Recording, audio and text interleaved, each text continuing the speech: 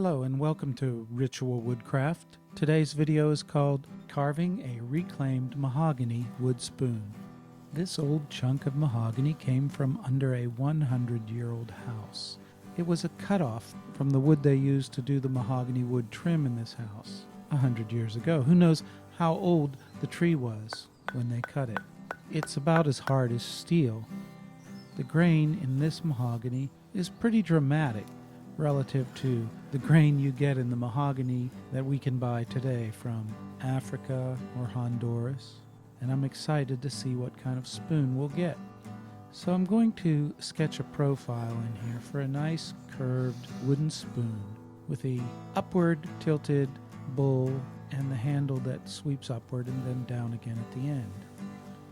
Right here is where the bowl will be, in this general area. And as I'm sketching now, it is general and arbitrary, and it's all relative to what we find inside, because I carve a type of spoon that I like to call grain carved, and that's because I let the grain of each individual piece of wood help me design the spoon. So I'm following the grain in this wood, and it's basically straight through this piece of wood with just a slight curve to it. And if that proves to be true after we get into it, that's just the way I'll carve the handle for this spoon, following the grain. But right now I'm going to make a preliminary sketch of where I want to place the bowl. And again, this is relative to and depending upon what I find once I get into this piece of wood. But in this general area is where I want the bowl, and I think this grain has some exciting surprises for us inside. The handle will probably sweep back this way, the way that I was able to notice and follow the grain according to the cathedrals in the pattern of this particular piece of wood.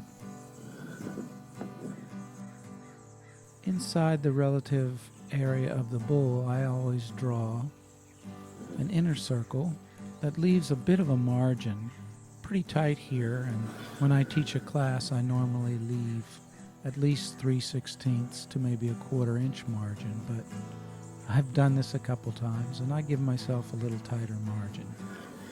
So this is what I'm thinking, right down here, and the grain tells me that we're going to find some circular patterns within the bowl of this spoon, and hopefully I can lay this out so they'll be centered in the bowl of the spoon. That always makes a beautiful and dramatic look. We're not going to carve on the top of this chunk of wood. As I'm drawing down here on the profile right now, this is where we're going to carve out the bowl of the spoon. So the wood above this line is coming out, and to get it out I take it to the bandsaw, and I'll follow the profile line of this spoon and cut away that chunk of wood that we won't need. This way I'm already down to the surface where we will begin carving the bowl of the spoon. It's just in the way. I'll slice away this part of the profile, but I'll leave the rest of the spoon for the time being trapped in this rectangular block of wood, because I need something with relatively straight sides so that I can clamp it into the vise on the workbench. The grain in there is beautiful, and we're ready to go carve. We lost our drawing of where we initially placed the bowl. Here it is, and that's why I said it was preliminary, because I always want to see what the grain looks like right in here, because I might change the placement or the angle slightly for the spoon. But we were pretty accurate in our assessment, and so I'm going to bring the handle down relatively where it was before, and the bowl will go again in relatively the same position that we had it drawn originally. The grain was pretty straightforward looking. I think we're going to find pretty much what we expect to find.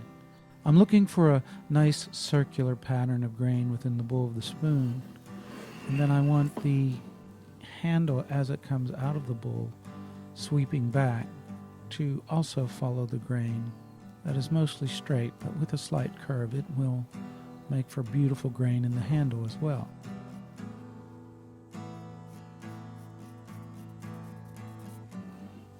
There's a crack in the wood right there, and it's just long enough. I think it might violate the edge of the bowl, but this wood has been drying for 100 years, so I think it's pretty stable where it's at, crack and all. So I'm redrawing the margins, and I'll begin carving as soon as I lock this in the vise. And if I have a tiny little intrusion of that crack at the top, I don't think I'm going to worry about it because the spoon will be plenty strong. I lock this very tightly in the vise because I'm going to be using the mallet and the gouges, and for safety and convenience and to make a good cut. We want this block of wood firmly secure. So I start with this very wide 35 millimeter 7-degree curve gouge, and I'm feeding it into the wood pretty much with light strikes on the mallet. But this wood is hard. It's very hard.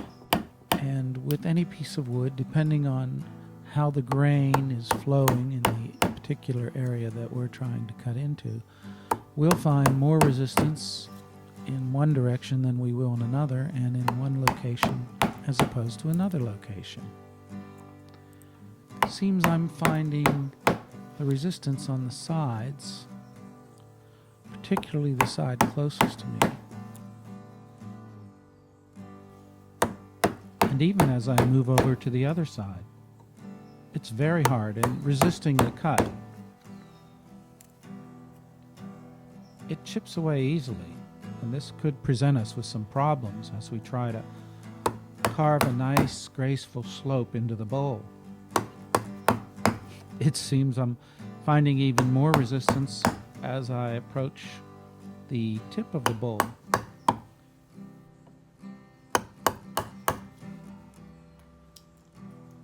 The wood's very brittle. Okay, this is going to cause us to exert a little extra effort, and I'm taking harder strikes with the mallet. But this is a good sign that we have this circular grain within the bowl that I was hoping for. Because the circular grain radiates out in every direction, it's hard to find one direction that, of course, flows with the grain. And there's all the other points on that circumference where you're fighting the grain, and especially across it. But these gouges are strong Swiss steel by feel, and I keep them very sharp, so they're going to get through this wood. I just might have to exert a little extra elbow grease. I apologize for the shaky camera here. The tripod is not in contact with the wood bench. This is just an effect of the portable workbench that I have being on wheels. Even though they're locked in place, it vibrates when I strike the mallet, and I guess the rolling shutter on this iPhone just isn't fast enough for the shock of these mallet hits. Now we just cleared out the first layer of wood that we've cut away. You watched me. I worked from the sides towards the middle, and once I approached the middle, I didn't go further, and I tried to stay inside my interior margin line. And now I'm beginning the second layer down, trying to use just the center part of the blade here. I don't want the edges of the blade to dig in and make a ridge or a deep gouge in the wood that I wasn't looking for. None of it's really critical right now because we're just beginning our descent into this wood, and I'm going to make a pretty deep bowl in this spoon, so right now I might be striking a little more aggressive than I normally would once I get close to the bottom, because I'm not so much worried about chip out or tears at this point. But this wood is surprising me in its strength and the brittle nature of some areas. The bevel on this gouge lets me lower the handle as I chip away and create a nice smooth arc to the carving. And this helps me get a nice sweeping slope into the bowl of this spoon. And we're about to remove the second layer, and I'm trying to pay closer attention now as I come into the bowl down the slopes of each wall to try to be consistent from side to side and front to back. This is a learning phase now because we do have more wood to work with. We don't have to be so critical. Keeping in mind the brittle nature of this wood, and we can be just a little bit more aggressive with our mallet strikes. The only sharp part of this blade is the very end, not the sides here. So I can actually hold on to the handle or the blade on the sides. Now we're gone to a swept gouge with a little bit of a curve in it, and it's a smaller face. It will find less resistance going through the wood, this 725, and it'll be easier for us. So you can see I choke up. I'm actually holding the blade. Again, only the front leading edge is the sharp part. And this gives me a lot of control and a lot of feel because it's getting crucial now as we get deeper into the bowl that I don't want to split any wood. I don't want to tear any wood. I don't want to pull any fibers out. And this wood is very brittle. Pieces could lift out from between the grain so easily. And there are some issues here. There is some tearing. And if I try pushing the chisel through without a mallet, it's just a little bit hard. And the grain is so circular right here. I turn it in every direction. But look at that. We're going to be doing a lot of cutting contrary to what the grain would prefer us to do. So there is a good risk of tear out. So it's more about finesse right now and taking care to get nice clean slices, to be certain not to lift any wood out without cutting it with the edge of the blade so that it doesn't tear and pull out a deep piece. It's taking a lot of effort to push the blade through this wood. It's much harder than normal mahogany that I work with. But remember, this has been sitting for 100 years. I'm sure the resins have all dried and cured like epoxy cement. And that's the good and bad about this piece of wood. It's very hard to work with, but it's going to be very strong. Now, if we look close, look how the chunks of wood have torn away from in between the grain. And that's pretty deep. And the only way to get rid of holes like that is to carve down all the remaining surfaces to that level. So I'm going to even a smaller face on a gouge. So I'm going to try this 720 gouge and see if the smaller face and even more limited resistance allows me to push the blade through the wood. But, you know, it's not really working. I'll go back to the broader blade and the mallet, and I'll just tap lightly now so that I can make tinier, smoother, and more controlled cuts. Trying to bring all the remaining surfaces all around this circular grain down to the level of the deepest hole that the tear out has created. And it's fine because I did intend to make the bowl deeper. It's not something I'm trying to recover from yet at this point. It's just something I don't want to repeat because by the time I do get below those holes, I think I'm going to be about as deep as I want the bowl of this spoon.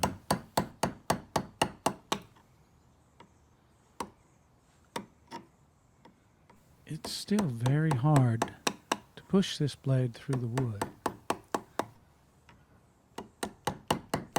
And I may yet go to even the broader face of my largest gouge, just to help myself in clearing away the scallops and ridges from these smaller blades.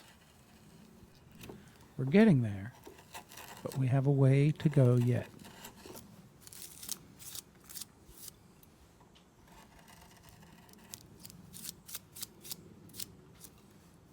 Still have a deeper spot there that I need to work to. You can see it.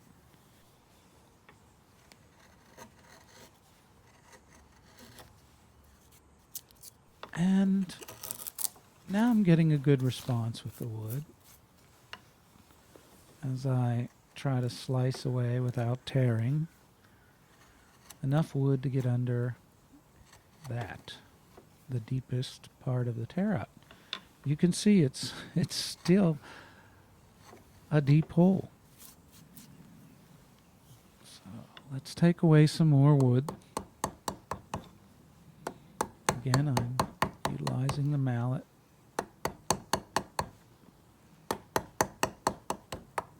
And we're almost there. This is my broadest blade again, the 735. And I'm taking much smaller cuts. Lighter impact with my mallet to try to cut very controlled shavings from the surface that I'm at right now without creating any more tear out. And see how I am scooping out these shavings by lowering the handle, using the bevel on the edge of the blade, and creating a nice smooth sweep to the sides and bottom of the bowl. Because I'm not creating a box here. I'm creating a bowl, and I want a nice smooth round surface. How's that looking right now? Pretty good, so I'm going back to the 725. And I'm getting down there now. Looks like these next few cuts are going to take me below that hole right there. See, we're almost out of it completely now. And that's perfect because I'm getting just about to the level of depth that I wanted for this bowl. Not to mention that we can't go too much deeper without running out of wood because it's already a pretty deep bowl. It looks pretty symmetrical, but I want to make sure that it's symmetrical. And right now I'm cleaning up any of the high spots that I can see.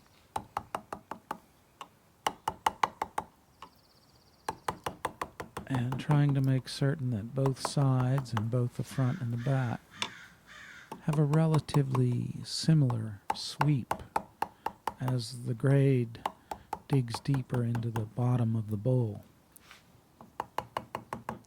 This is the fun part for me. I like slicing away at the wood. I love the feel of it when you can feel it cutting away when you're working it by hand like I'm doing right now. You can hear it, see it. It's very satisfying. And if your blades are sharp, you have a level of control even in the very hardest of woods.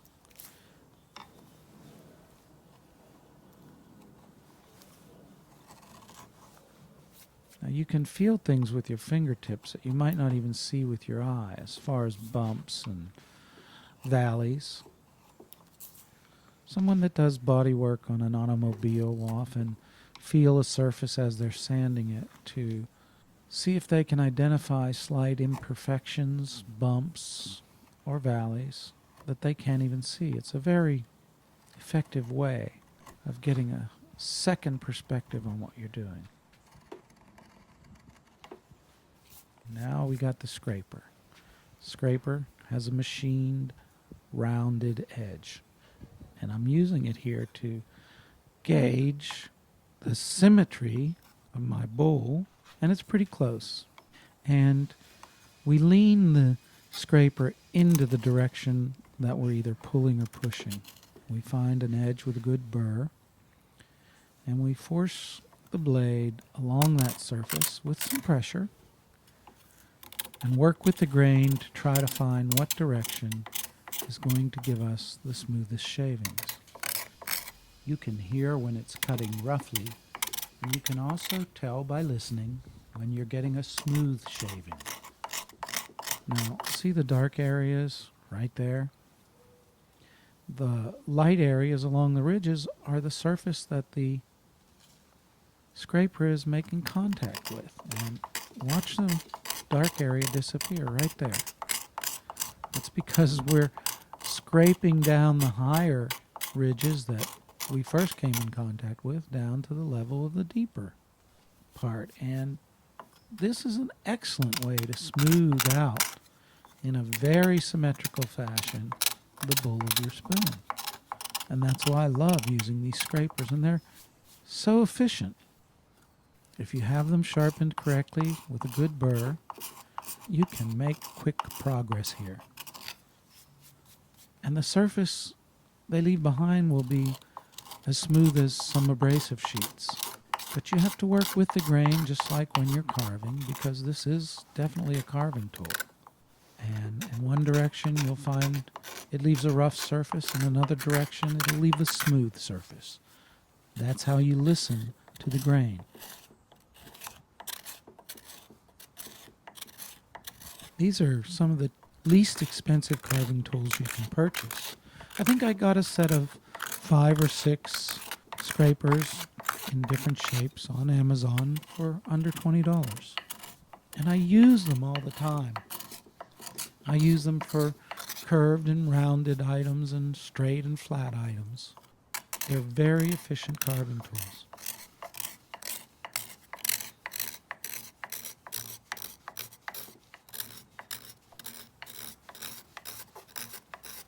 And just look how it's helping me shape this bowl smoothly and symmetrically.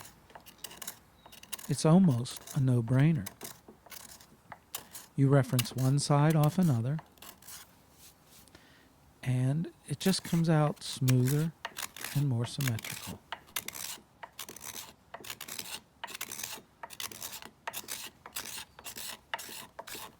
See how I can check it here? You can see every dip, you can see every ridge, and you can work on those ridges to smooth them down until there are no more dips. I'm trying to stay away from my outer line because that's all the wood I have to work with. And I want to be able to remove some of that material later on as I shape the outer round shape of the spoon bowl to perfection. And if I go beyond my inner line too far now, I might end up with a dip in the side of the spoon that I don't want. And that's why I give myself a little bit of a margin, and that's why I draw it with a Sharpie so that it's obvious and clear. But this is coming along very nicely, and the bowl is getting very smooth.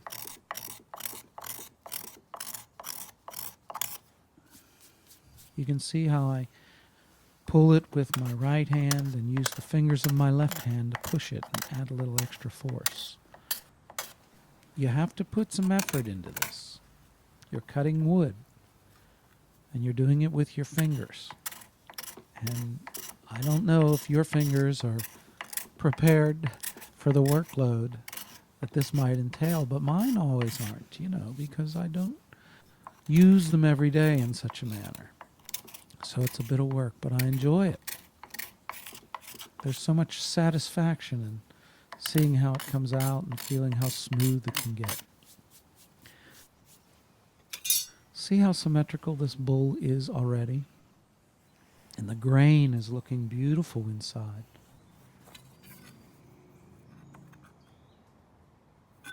We have some curved areas here at the front, but we have a circular pattern right there at the back too. And as I feel it with my fingers, it feels pretty smooth.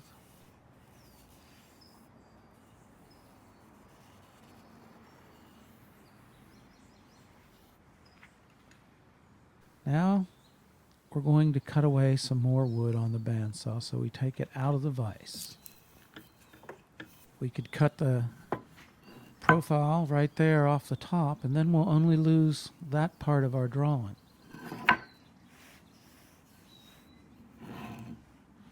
Now if we cut this chunk off, we're going to lose the whole drawing on the side. So I think the first thing we'll cut off is just that part on the top by the very end of the handle. The bandsaw will save us so much time here in removing the wood that we don't need, and if you don't have a bandsaw, you could use some other kind of saw just to chop off the chunks of wood that are obviously not going to be needed. I follow my lines generally, and I stay to the outside of them because we can always take away more wood. It's just really hard to add wood. And sometimes you can cut a smoother line with a bandsaw than you can draw with a Sharpie.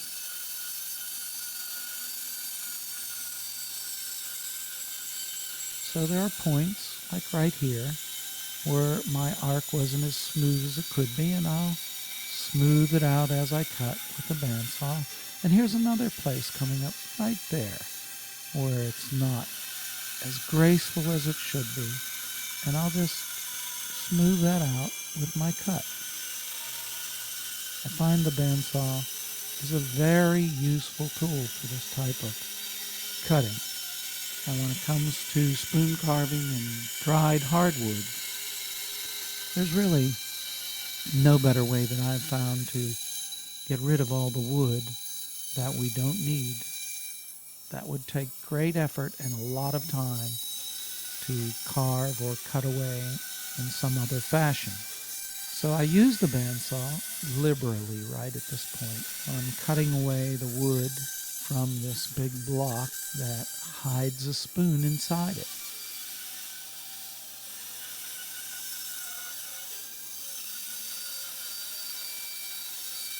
Okay, with this section away, we look at the spoon. Now, I still have a lot more to cut off along the sides of the handle, both sides. Let me redraw this very tip. But both sides of that handle are something I can cut off now. And I'll also cut along the bowl of the spoon. And the next time you see this, all that wood's going to be gone. I cut it all away with the bandsaw. And then I take it over to the belt sander with 60 grit abrasive. It's a formidable carving tool. So here's the spoon after I've sawed away with the bandsaw a bunch of wood and sanded away with the belt sander all the excess wood and got my general shape here. And you can see how it's almost diamond shaped on the profile as you look down the handle. And I do that because these ridges, these 4 ridges that are a result of that type of shaping, let me know if I'm removing wood in an equal fashion, one side from the other. Because if those lines or ridges run down the middle, relatively, then you have symmetrically removed similar amounts of wood from either side. We have come a long way.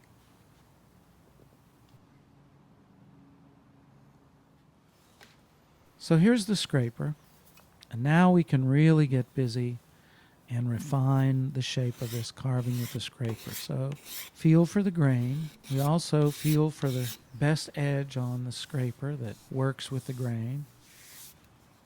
The wood on this tabletop is slippery, so here's where I employ parts of an old yoga mat because it helps the spoon bite and it's so much less slippery. A silicone mat would even be better, but these are what I have.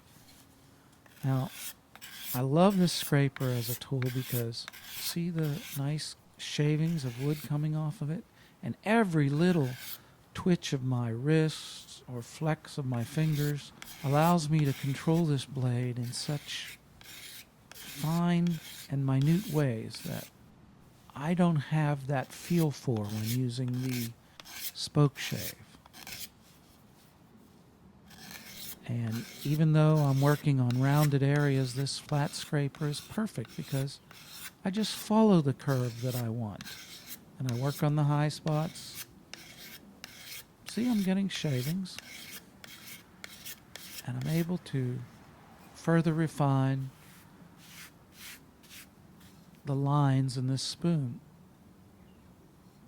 And I think if you keep watching, and I'm going to spend some time in this video showing the scraping techniques, I think that if you continue watching, you'll be really surprised at how efficiently and how quickly these card scrapers can remove material from even a hardwood like this 100-year-old chunk of dried mahogany that may have very well come from a 100-year-old tree that was cut down then. So this is very hard, very well cured, and very dry wood.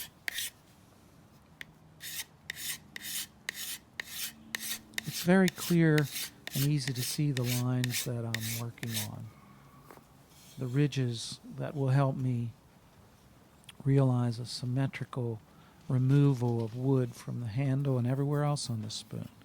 And we're starting to see more and more of the grain. Look at the bowl and the shape of the grain in there, how it points right down the handle. And then the other end of the handle by my left hand, look at the grain there, how it's sweeping and riding the shape and the ridge of that handle to a point right in the middle. That's because we followed the grain. It's almost a straight handle, front to back, but it followed the grain as we saw it in the wood. And those ridges and the center of those loops of grain are matching up perfectly.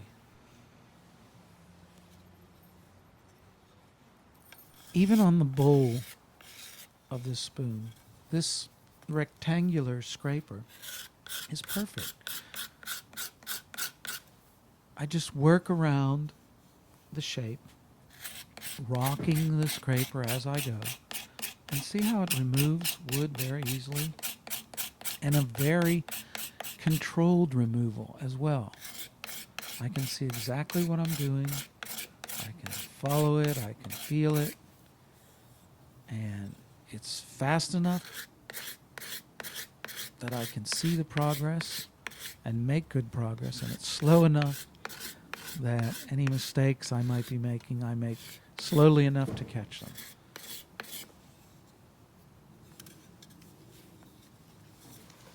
So I'm working to round off all the flat areas from the belt sander.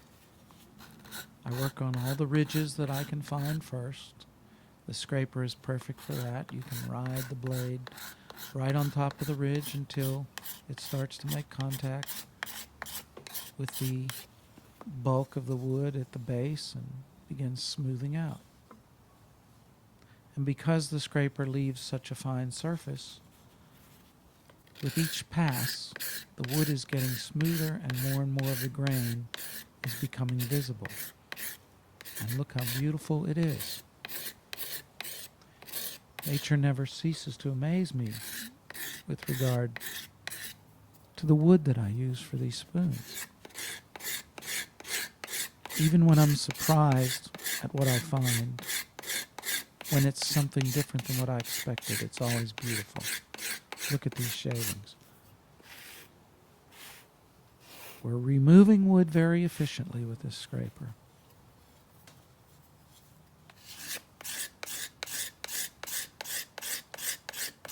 There's a lot of pleasure and satisfaction in feeling it work, watching it work.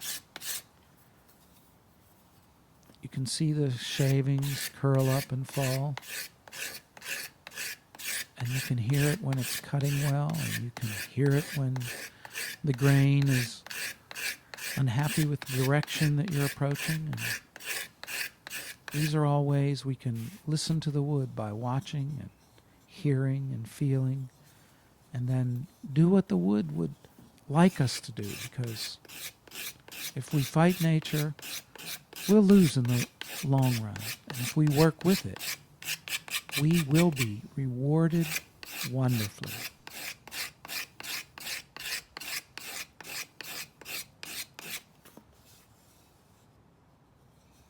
Now the curve of this handle is coming out very graceful.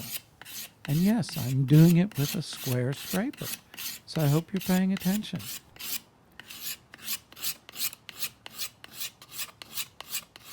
We can see the lines, and the more evenly I get both sides of the handle cleaned out, the straighter those lines are right down the middle.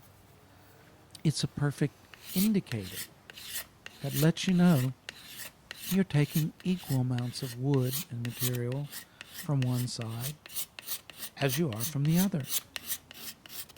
And this all helps creating a symmetrical shape, the geometry of symmetry, very easily. You may not want a symmetrical spoon or handle, and it's your spoon, so it's up to you. That's the beauty. You can create whatever you want. I like the ridges, especially at this point, because they help me shape everything evenly. But in a spoon like this, I prefer a ridged handle to a perfectly round handle, because if you're digging into a deep bowl of chili or something, the spoon's less likely to turn in your hand. It just feels comfortable to hold. And I will round them off some later. So right now we're working again on the bottom of the bowl of the spoon and smoothing it out. I'm rocking it and turning it, and I'm also just turning and flexing my wrist accordingly to follow the round shape and make everything smoother and more graceful as I go.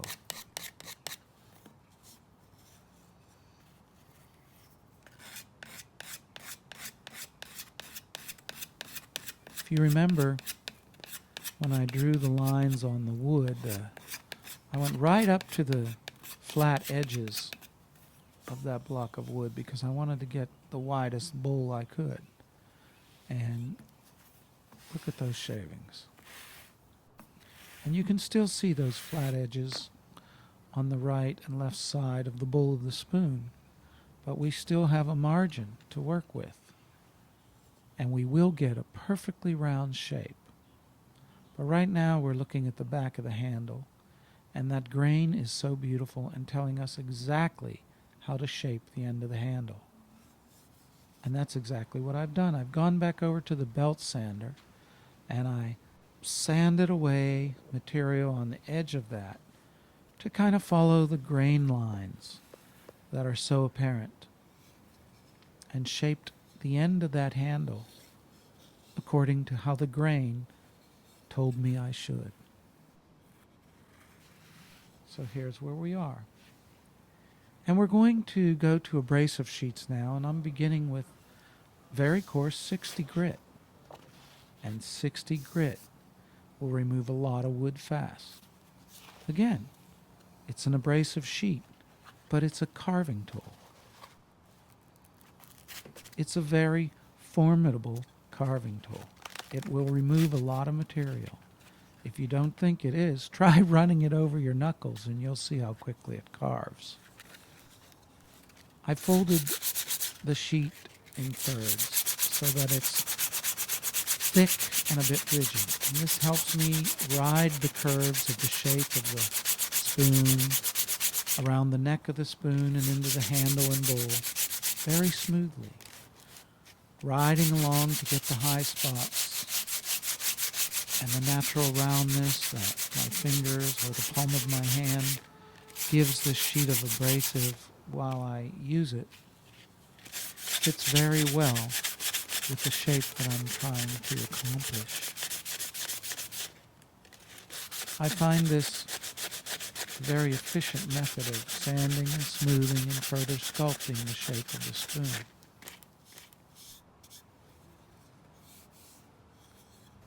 The lines lead right down into the center. You can even see the ridge I've left on the bottom of the bowl.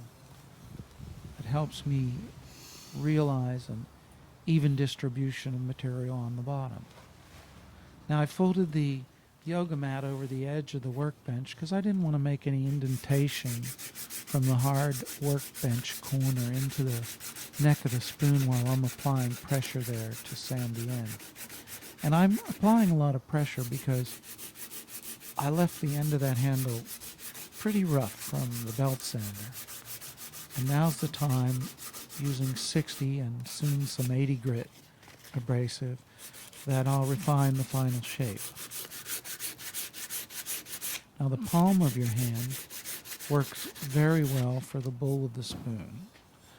Cupping the abrasive sheet folded in the palm of your hand creates a nice arc that is just perfect for shaping the bowl and smoothing out the bowl without giving it any flat spots. So you can see how I move in a circular, arced fashion along the shape of the bowl. Now remember, the actual sides right up by the rim of the bowl are flat, so I'm sanding before those flat areas and I'm sanding after those flat areas. But I'm not touching those flat areas at all right now because I want to remove the wood that leads up to them so that the entire shape of the bowl of the spoon will be round. And you can see that it's getting there, but we still have two little flat areas. You can see one there. You can see one there. But we're going to keep removing wood before and after them. And those low flat areas will end up being the high point in the arc of the sides of the spoon. See, I sand up to it, but I'm not actually sanding it. I'm sanding the area before and after. There.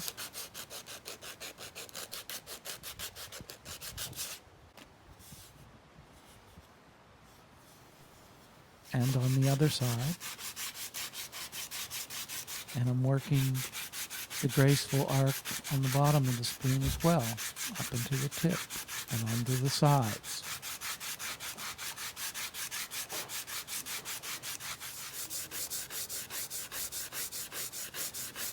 Some people might consider this part tedious. I really enjoy it because this is where I'm engaged in refining the final shape of the spoon. And the entire process, even with a shape that I'm trying to accomplish here today, and the density and hardness of this old piece of wood, will only take me about 2 hours. Still a little flat, so we're going to keep sanding. And it's enjoyable to me, the entire process. Especially now, when I'm seeing the fruit of all my labor up until this point coming into fruition to create a beautiful and graceful shape.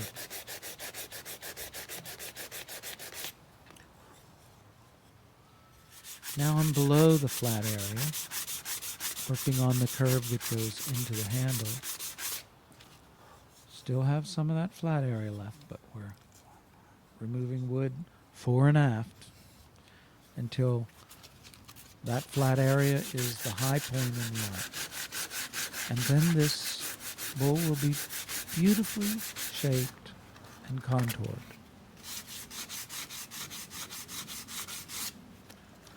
We're getting there.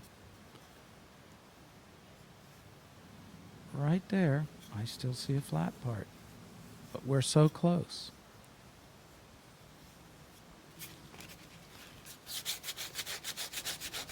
Now, I've done this a few times and I'm very familiar with what I'm doing, so I'm not afraid to use a 60 grit paper at this point. But if you're being extra cautious at this point, you might want to go to a finer grit and work a little slower. 80 or 100 grit paper will work well. And I'll be moving on to 80 grit soon, because as I shape this bowl and thin it down and get close to the final rounded shape of the edges are getting thin. And the very coarse grit of the 60 grit paper can cause little chips if the edge is too thin. So I won't even work on refining the very edges of the bowl of the spoon until I'm at least at about 100 grit sandpaper. And I finish them off and refine them in the range of somewhere between 180 and 220 grit. Because I like the edges on the bowl of my spoons to be very thin and slightly rounded so that the spoon doesn't become a dribbler. It looks beautiful and it functions beautifully. Now we have to start thinking about the inside of the bowl. There's two ways to work out to the edge, and that's from the outside and now from the inside. And you see I'm using my fingertips inside the bowl, and I'm not letting the sandpaper rest on the edge, because that could easily wear down the top part of the edge and create a little dip or cup in either side of the spoon. So I'm pushing with my fingertips, more fingertip exercise, and following the contour inside the bowl to make everything smooth. I still have some areas where there's margin left, and now I'm working from the inside towards the out to remove some material, thin the bowl even more towards the edge. And I'm doing this everywhere except where those two flat areas were, because they're already there. If there are any imperfections left from scraping and carving with the gouge, now's the time to remove them, if at all possible. You may even, if you have something deep, need to go back to the scraper. But we're in good shape. Everything's starting to look symmetrical and smooth. That side's very round. The other side over there has a little bit of a flat area left, but we still have material that we can remove. And so I'm working on that. And again, I'm sanding before and after that flat area, not on that flat area, because I want to remove the material fore and aft until that flat area is the highest part on the arc of that curve. This is the back part, the curve where that arc goes down to join the handle. I'm working right up to the flat area, but not on that flat area. And it will slowly disappear. In this case, coming in this direction from the bottom up. See? We're getting nicely round now, and the flat areas have almost completely disappeared.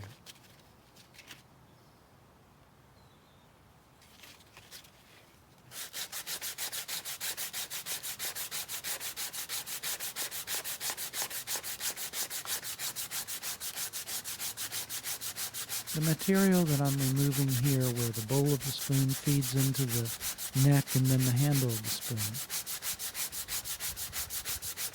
is to create graceful lines and get rid of some of the bulk that is preventing me from shaping the bowl as smoothly and as roundly as I want it. And this is up to you as you sculpt and create your own spoon. You work out the shapes that you want. I have to admit, I'm very happy with the way it's come along.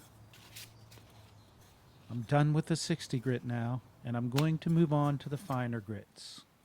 And here it is, after some more sanding, all the way to 120 grit.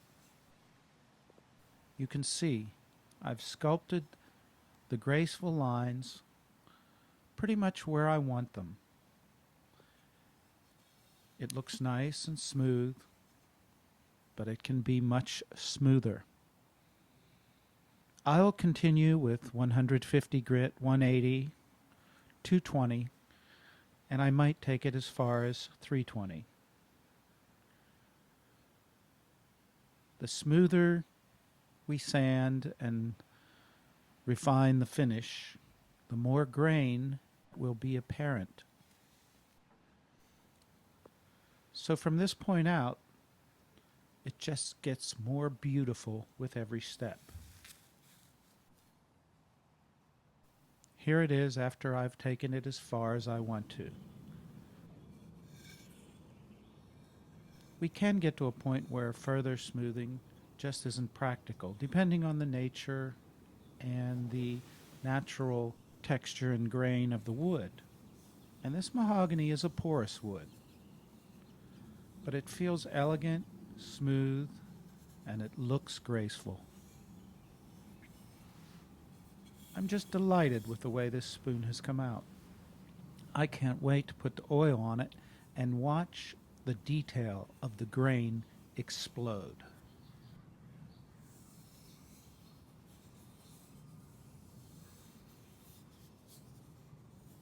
It's very comfortable in my hand, and it's going to be very practical. It'll serve up a nice helping, and it'll look good doing it. We were very fortunate with the way the grain fell within the bowl and even down the handle of this spoon. I'm very happy with the way this spoon has come out, but the best is yet to come. Now, in finishing this spoon, I've taken it from 60 grit to 80 grit to 120 grit, and it's about at 120 that you stop really shaping the wood. You're not removing a lot of material at that point, and you move into the refining or polishing phase. And I've taken this to 320 grit, and it's very smooth, feels silky, almost glass-like, and it looks wonderful. But with any porous wood, certainly oak, ash, but even mahogany and black walnut, they're porous woods, and somewhere above 220, you start getting to a point of what I would characterize as diminishing return, because you can be sanding with such a fine grit that you're attempting to get a surface that's smoother than the actual natural surface of the wood in its most refined state, just because of the pores and the natural characteristics of the wood. And I think I'm there somewhere around 320 grit, but it's a very smooth and beautiful and graceful spoon, and it's going to be just beautiful. Come see. This is where the magic happens. I have a combination of oils: mineral oil, beeswax, and carnauba wax. They're mostly clear. They might have the slightest bit of tint. But look how, as I rub it into this spoon, the natural color and grain just comes alive. It's almost glowing. It's like a wizard came by and waved his magic wand, And this ancient mahogany is so much more beautiful than the common mahogany I can get today at the lumberyard. Look at the golds and the browns. And look at the grain. It's not just simply flat shades of various pinks. The colors here are so rich and deep. The gold almost lifts itself out of the spoon, hovering above like a holographic image of the grain. The handle is graceful and smooth. It almost does feel like glass. And with the oil on it right now, it looks like it. Now this was a long dried and cured piece of wood, so it's going to absorb most of this oil, but that's the beauty of these wooden spoons, and that's the care and feeding of them. Just keep them oiled with any oil that is food safe, that won't push the flavor of your foods in some direction that you don't like. Coconut oil is good. It has high heat tolerance. Olive oils, any food safe oil. Soon your spoon will be deeply seasoned, and cleaning it will be as simple as wiping it off. As we come in close, look at the grain, look at the pores, look at the colors, look at the sheen.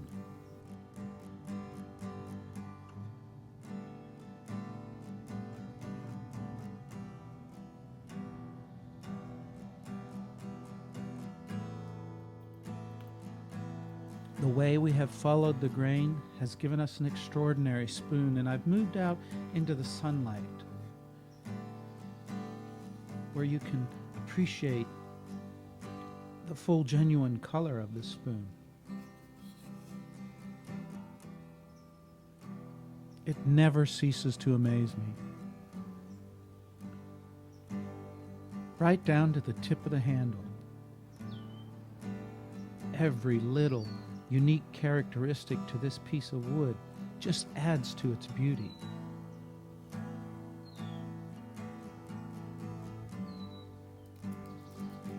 You can see I've rounded off the edges some, but there's still the diamond shape to the shaft of that handle, and the ridges go right down the center into the bowl, where the grain just peaks along them. It's absolutely beautiful. It is a practical and functional piece of art.